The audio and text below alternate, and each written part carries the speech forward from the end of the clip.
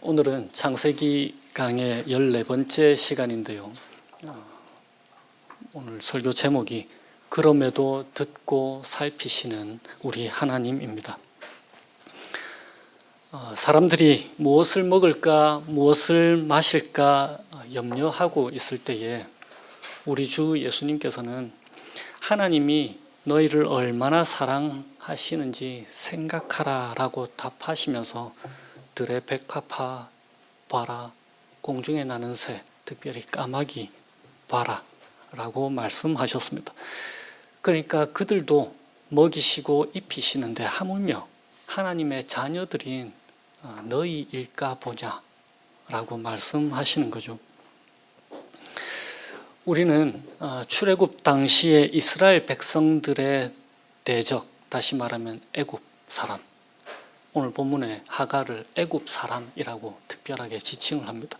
출애굽 당시에 이스라엘 백성들의 대적 애굽 사람 곧 하갈을 하나님이 어떻게 대하시는지 보여주심으로써 그들의 아버지이신 하나님께서 이스라엘 백성들, 그들을 얼마나 더 사랑하시겠느냐고 말씀해 주고 계시는 것입니다.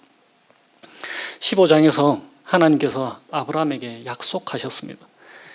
내 집의 종인 다메섹 사람 엘리에셀이 너의 상속자가 아니고 네 몸에서 태어날 사람이 너의 상속자가 될 것이다 라고 말이에요.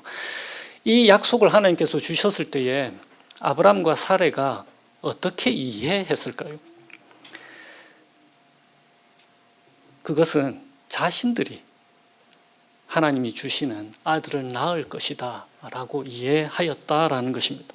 적어도 그들은 그렇게 이해하고 있었습니다. 그러니까 아브라함을 처음 부르시고 큰 민족을 이루게 해주시겠다라고 약속하신 그때로부터 대략 10년을 기다리고 있었잖아요. 하나님의 부르심으로 하란을 떠났을 때가 아브라함이 75세였다고 창세기가 기록하고 있고, 또 오늘 이스마엘을 낳았을 때 그의 나이가 86세다. 그러니까 오늘 시점은 85세겠죠. 낳았을 때가 86세니까. 그런데 사레가 여전히 임신하지 못하는 거예요. 10년을 기다렸는데. 그래서 아브라함과 사레가 하나님이 하신 말씀이 혹시 그 뜻이 아닌가라고 의심을 하고 있는 중입니다. 내가 잘못 들었나? 그러니까 사레도 혹시 나를 통해서가 아니라 다른 사람을 통해서 아브라함이 아들을 낳는다는 뜻인가? 라고 생각하고 있었을 거예요.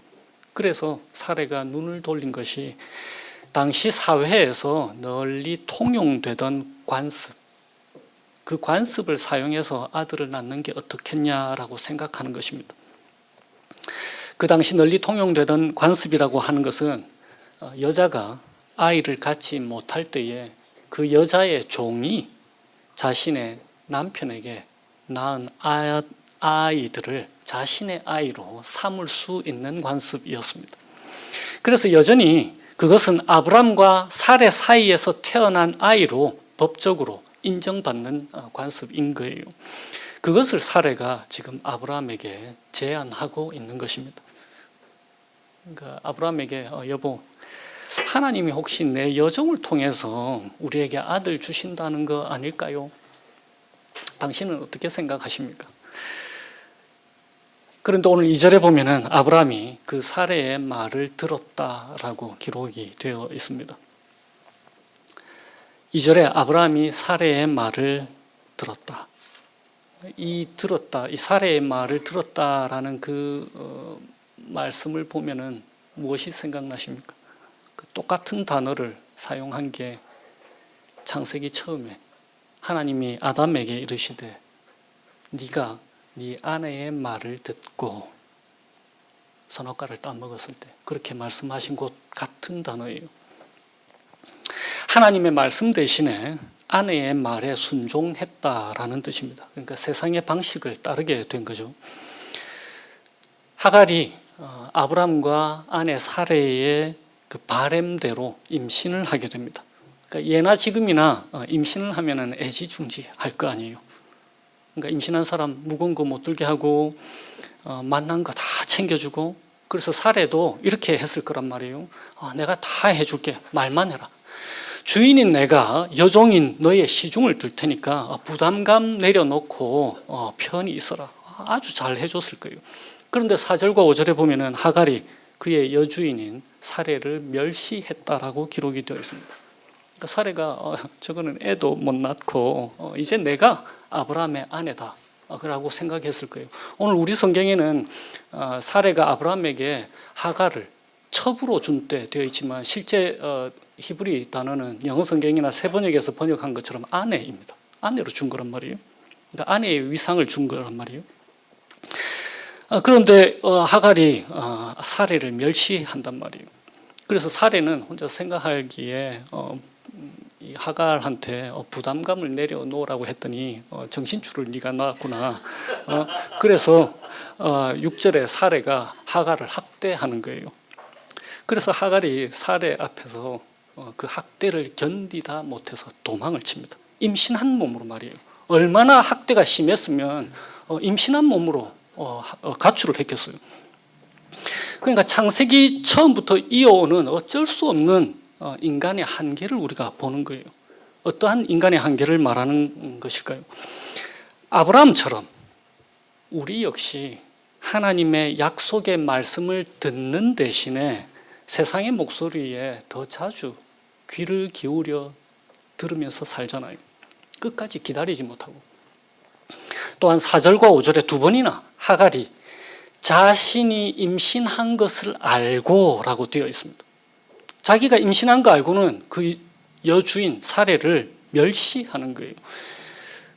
우리 인간은 우리의 경쟁자의 고통을 알게 되면은 자연스럽게 나오는 반응이 사실은 멸시입니다.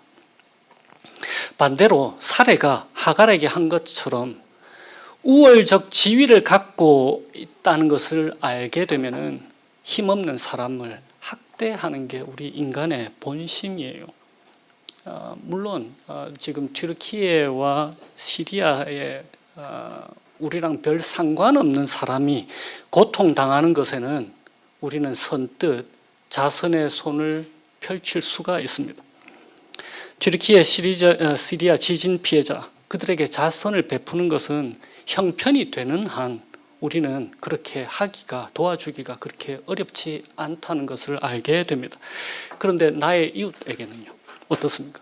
나와 경쟁 관계에 있는 사람이나 나와 사이가 좋지 않은 사람에게 그들이 고통 중에 있을 때 우리는 어떻게 대합니까? 사실은 우리가 그것을 즐길 때가 많이 있습니다. 필립 얀스의 책 놀라운 하나님의 은혜라는 책에는 도로시 데이라고 하는 사람이 한 말을 적어 놓고 있는데요. 이렇게 되어 있습니다.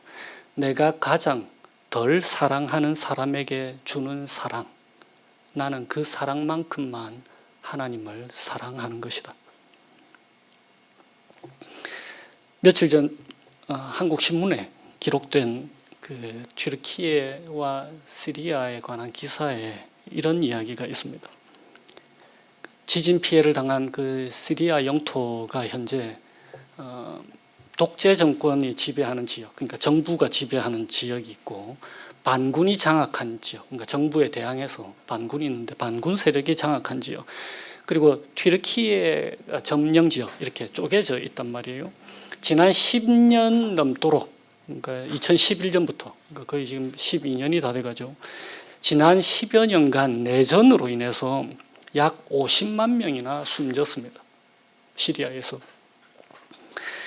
튀르키예와 시리아 접경지대에 며칠 전에 규모 7.8의 강진, 그 다음에 또 연이어서 7.5의 강진이 발생했잖아요. 시리아 정부군이 지진 발생을 듣고 알게 되자 반군이 점령 중인 피해 지역에 폭격을 가합니다. 지진이 발생한 지 2시간도 채 지나지 않아서 정부군이 반군이 점령한 지진 피해 발생 지역에 포탄을 4-5발을 쏜 거예요. 그러니까 반군이 장악한 마을이 강진 여파와 씨름하는 중에 맛 좀 봐라. 완전히 괴멸시키려고 포탄을 쏘는 거예요. 그야말로 어쩔 수 없는 우리 인간들의 모습인 거예요. 인간들의 무너진 관계, 삶의 모습, 어쩔 수 없는 이기심, 사실 이것이 타락한 우리 인간들의 본 모습인 것입니다. 우리가 귀를 기울이는 것, 우리의 들음, 아브라함처럼 하나님 말씀 듣는 대신에 사실 우리는 세상의 말에 더 잘 귀를 기울이고 듣는 사람들입니다. 또한 우리가 아는 것, 우리의 알문, 하갈과 사례처럼 상대를 멸시하고 학대하는 데 사용하는 그러한 알민 거예요. 그런데 오늘 본문에 나타난 우리 하나님은 어떠한 분이십니까? 저는 오늘 하나님이 들으시는 분이고 또 아시는 분이라는 그 두 가지에 집중할 것입니다.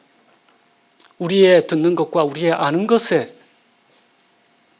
정반대로 하나님의 듣는 것과 아시는 것이 어떠한 것인지에 집중할 것입니다. 먼저 듣는 것입니다. 사례의 학대에 못 이겨서 하갈이 임신한 몸으로 가출했습니다. 광야의 샘물 곁에서 여호와의 천사가 나타납니다. 그래서 하나님의 말씀을 그 천사가 전하는 거예요. 하갈에게 이렇게 말합니다. 돌아가서 학대하는 너의 여주인 사라에게 복종하면서 살아라. 내가 너에게 많은 자손을 주겠다. 아들을 낳을 텐데 이름을 이스마엘이라 라고 하라. 이스마엘의 뜻이 오늘 본문에 나온 것처럼 하나님이 들으신다라는 뜻이에요. God hears라는 뜻입니다. 하나님이 들으신다. 여호와께서 하갈이 고통 중에 부르짖는 소리를 들으셨기 때문에 그 아들을 이스마엘이라고 이름을 지어라 라고 하신 것입니다. 두 번째로 아는 것입니다. 13절에 하갈이 자기에게 이르신 여호와의 이름을 나를 살피시는 하나님이라 하였으니 이는 내가 어떻게 여기서 나를 살피시는 하나님을 배웠는고 함이라. 여기에 4절에서 5절에 제가 아까 말씀드린 하갈이 자신이 임신한 것을 알고 이 안다라는 단어가 히브리어로는 본다라는 뜻이에요. 그 똑같은 단어가 13절에 3번이나 사용되었습니다. 여호와의 이름을 나를 살피시는 하나님이라, 나를 보시는 하나님이다, 나를 아시는 하나님이다, 이런 뜻인 거예요. 그래서 13절에 그 단어가 3번이나 사용될 때 두 번째, 내가 어떻게 여기서 나를 살피시는, 나를 보시는, 나를 아시는 하나님을 배웠는고, 이 배웠는고도 안다, 보다, 이런 뜻입니다. 나를 살피시는 하나님이라 하였으니 내가 어떻게 여기서 나를 살피시는 하나님을 내가 배웠는고, 이렇게 3번이나 동일한 단어를 사용하고 있는 거예요. 인간의 들음과 아는 것 혹은 보는 것과 전혀 다르게 우리 하나님은 인간의 고통에 귀를 기울이면서 들으시고 또 모른 채 하지 아니하시고 살펴보시는 분이신 것을 나타내 보여주는 거예요. 하갈이 하나님을 나를 살피시는 하나님이다 라고 했잖아요. 혹시 아브라함 첫 시간 창세기 22장 제가 말씀 전했을 때에 여호와의 이레 하면서 이레의 뜻이 무엇인지 제가 말씀한 거 기억하시는 분 계십니까? 여호와가 준비하신다, 이것은 제가 의역이라고 했잖아요. 그 이레가 여호와가 보신다라는 동일한 단어인 거예요. 나를 살피시는 하나님과 여호와의 이레는 동일한 하나님을 얘기하는 거예요. 우리를 보시는 하나님인 거예요. 나를 살피시는 하나님이라고 하는 이것은 전혀 기대하지 않은 상황에서 하나님께서 그 백성을 돌보시는 것, 돌아보시고 살피시는 것에 대한 감사에서 터져 나오는 찬양의 말인 것입니다. 출애굽을 하던 이스라엘 백성들에게 오늘 이 본문 말씀이 모세를 통해서 이스라엘 백성들에게 들려졌을 때에 그들에게 어떠한 영향을 미쳤을까요? 그들을 대적하는 애굽 출신 하갈조차도 이렇게 들으시고 보살펴 주시는 분이시라면 자신을 내어주시고 끝까지 사랑하시는 하나님의 자녀들인 이스라엘 백성들을 어찌 하나님 아버지께서 들으시고 보살펴 주시지 않으시겠냐는 거예요. 7절에 주님의 천사가 광야의 샘물 곁에서 하갈에게 나타났습니다. 광야에서 하갈의 모습은 출애굽하던 이스라엘 백성들의 광야 생활을 기억나게 했을 거잖아요. 지금 그들이 광야 생활을 하고 있으니까. 광야 시절 동안 얼마나 자주 이스라엘 백성들이 하나님을 원망하고 불평하고 있었습니까? 애굽으로 돌아가는 게 차라리 낫겠다 하면서 말이에요. 모세를 통해서 이 이야기를 듣게 된 이스라엘 백성들이 무슨 생각을 갖게 되었겠습니까? 1절에 하갈이 애굽 사람이다라고 분명하게 얘기하고 있잖아요. 그들의 원수인 애굽 출신인 하갈도 광야에서 들으시고 보살펴 주신 하나님, 하물며 너희 일까 보냐 라고 말씀하시는 것입니다. 그러면 우리는 어떻습니까? 지진의 피해를 입은 시리아 반군의 폭격을 가한 정부군의 소식을 들으시면서 우리의 반응이 무엇입니까? 뭐 저런 것들이 다 있나? 그런 반응이잖아요. 그런데 사실 우리가 바로 그러한 사람들입니다. 하나님이 어디 계시는가라는 생각이 들게 하는 어려움, 우리의 광야 생활의 때에 하나님 말씀보다 더욱 세상의 목소리에 귀를 기울이면서 듣는 우리잖아요. 경쟁자의 고통을 알면은 더 많은 고통을 줘서 일어서지 못하게 막으려는 우리들입니다. 뭐 저런 것들이 다 있나 하는 우리의 이런 반응은 사실 우리가 하나님으로부터 들어야 하는 반응인 거예요. 우리가 하나님의 멸시와 학대를 받아 마땅한 사람들인 것입니다. 그런데 그 멸시와 학대, 우리를 위해서 우리 주 예수 그리스도께서 다 감당해 내셨습니다. 이사야 53장에 이렇게 기록이 되어 있습니다. 그는 멸시를 받아 사람들에게 버림받았으며 간고를, 고통을 많이 겪었으며 질고를 아는 자라. 마치 사람들이 그에게서 얼굴을 가리는 것 같이 멸시를 당하였고 우리도 그를 귀히 여기지 아니하였도다. 그가 찔림은 우리의 허물 때문이요 그가 상함은 우리의 죄악 때문이라. 그가 징계를 받음으로 우리는 평화를 누리고 그가 채찍에 맞음으로 우리는 나음을 입었도다. 바로 그런 거예요. 우리 주 예수 그리스도 대신에 우리가 하나님과 평화를 누리고 우리가 나음을 받은 것입니다. 우리 주 예수 그리스도께서 십자가에서 나의 하나님 어찌하여 나를 버리셨습니까? 라고 부르짖으실 때에 그 부르짖음을 하나님께서 듣지 않으셨습니다. 예수님을 향해서 귀를 닫으신 거예요. 한낮에 해가 빛을 잃고 온 땅의 어둠이 짙게 깔리게 하셨습니다. 예수님께서 십자가에서 죽으시는 것을 하나님이 보지 않으시기 위해서 말이에요. 그 대신에 우리가 하나님과의 평화를 누려서 하나님께서 우리의 부르짖음을 들으시고 우리의 고통을 친히 보살피시기 위해서 그러신 것입니다. 우리의 인생이 이스라엘 백성들이 걷고 있는 광야 생활 같을 때가 자주 있습니다. 임신한 하갈이 그 주인 사레의 학대를 피하긴 했는데 정처 없이 헤매고 있는 광야인 것처럼 우리 삶이 마치 편히 쉴 곳 없는 광야 같은 곳인 그럴 때가 자주 있잖아요. 어디 기댈 곳 없는 그런 처지, 어디 의지할 곳 없는 그런 처지 말입니다. 그때 하나님께서 우리에게 말씀해 주시는 거예요. 네가 고통 중에 부르짖는 것 내가 다 듣고 있다. 내가 너를 보고 있다. 내가 너를 보살피고 있다라고 말이에요. 한 가지 다른 방향에서 오늘 본문을 한번 생각해 보십시다.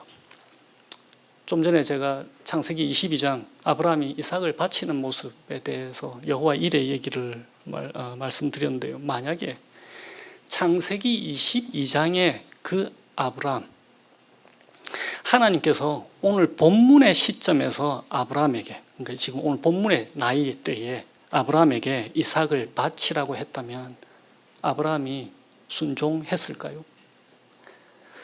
오늘 본문에서 실패한 것처럼 아브라함이 순종하지 못했을 거예요. 이삭 못 바칩니다 라고 말이에요. 반대로 오늘 본문이 창세기 22장에 아브라함에게 일어난 일이었다면, 그러니까 아직 아이를 갖지 못해서 하나님의 때를 더 기다려야 했던 이 상황이 창세기 22장에 아브라함에게 나타난 사건이었다면 아브라함이 잘 기다렸을까요? 사례의 말을 듣지 않고 끝까지 하나님의 하신 말씀, 약속 기다렸을 거 아니에요. 그가 하나님과 보낸 시간에 따라서 아브라함의 믿음의 깊이와 너비가 깊어지고 넓어지고 있다라는 그 사실을 기억하셔야 합니다.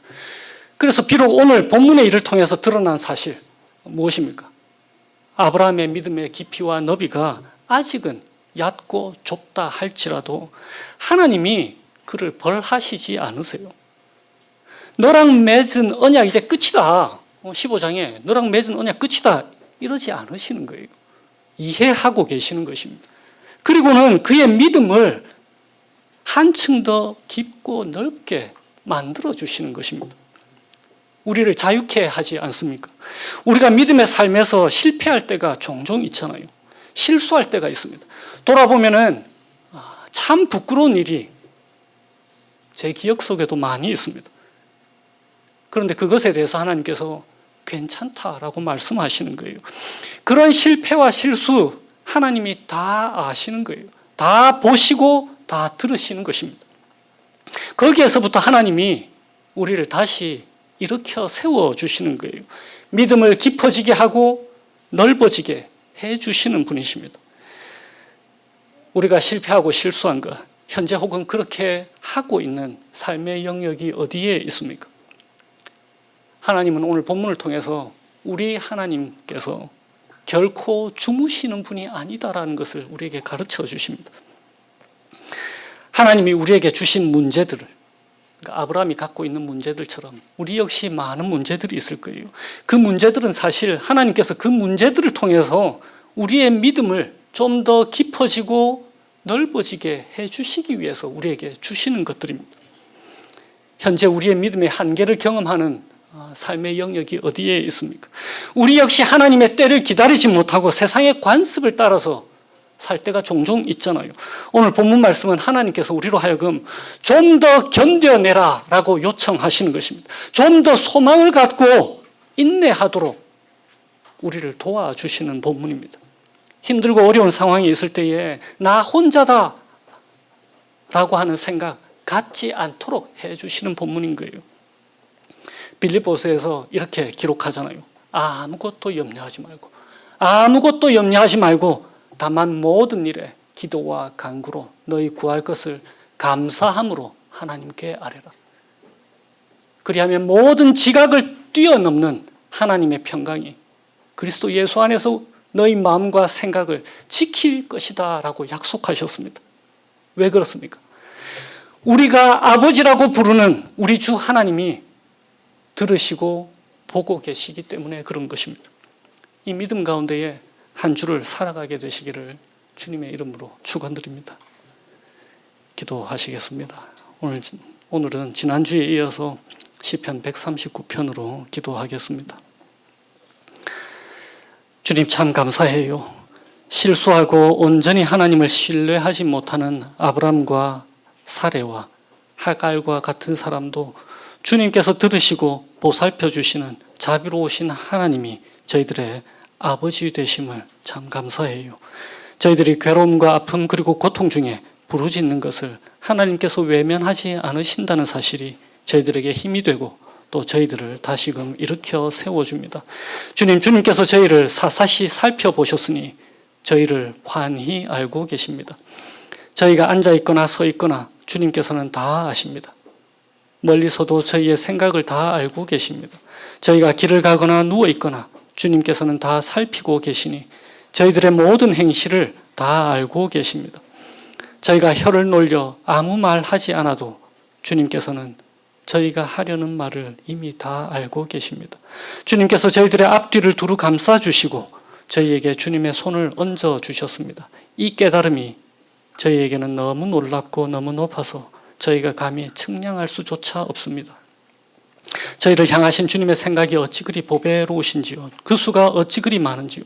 저희가 저 동력 너머로 날아가거나 바다 끝 서쪽으로 가서 거기에 머무를지라도 거기에서도 주님의 손이 저희를 인도하여 주시고 주님의 오른손이 저희를 힘있게 붙들어 주신다는 것을 굳게 믿게 해주세요. 그래서 때때로 저희들의 삶이 캄캄할 때조차도 주님이 언약에 신실하신 우리의 아버지 되심을 기억하면서 소망의 인내로 살아가게 해주세요. 그래서 저희들의 입술의 고백뿐 아니라 저희들의 삶을 통해 하나님 한 분으로 충분하다는 고백을 할 수 있도록 인도해 주시기를 예수님의 이름으로 기도합니다. 아멘.